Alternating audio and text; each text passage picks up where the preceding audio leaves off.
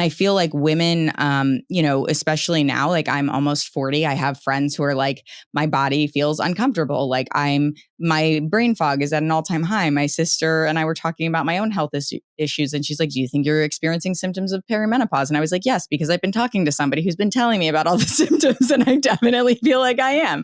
And so I think that there's just so much education here, and being a cis female, it is pretty incredible to think that there's so much more information for the transgender community. And it's not that they don't deserve to have that. It's just, why is there not, even at the very least, an equitable distribution of resources for this other portion of the population? And I'm curious, and I don't expect you to necessarily have an answer for this, but it's kind of interesting to consider how, like, why that decision was made versus like having more information on cis females sooner even. It's a good question. I think it's because we've been ignoring the problem.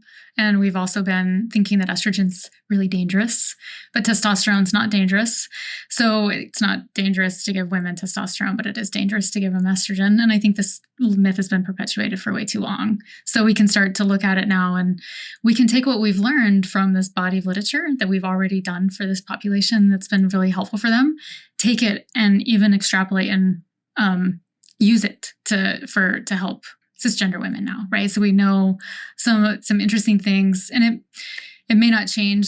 Some women feel great on on a little bit of testosterone, and it's fine. It's really more about how you feel, but we can learn a little bit about pathophysiology of the body from the literature. And so one of, like, for example, things that we can glean are vaginal health is a really big area that we can look at, and the different sex hormones and how they impact vaginal health.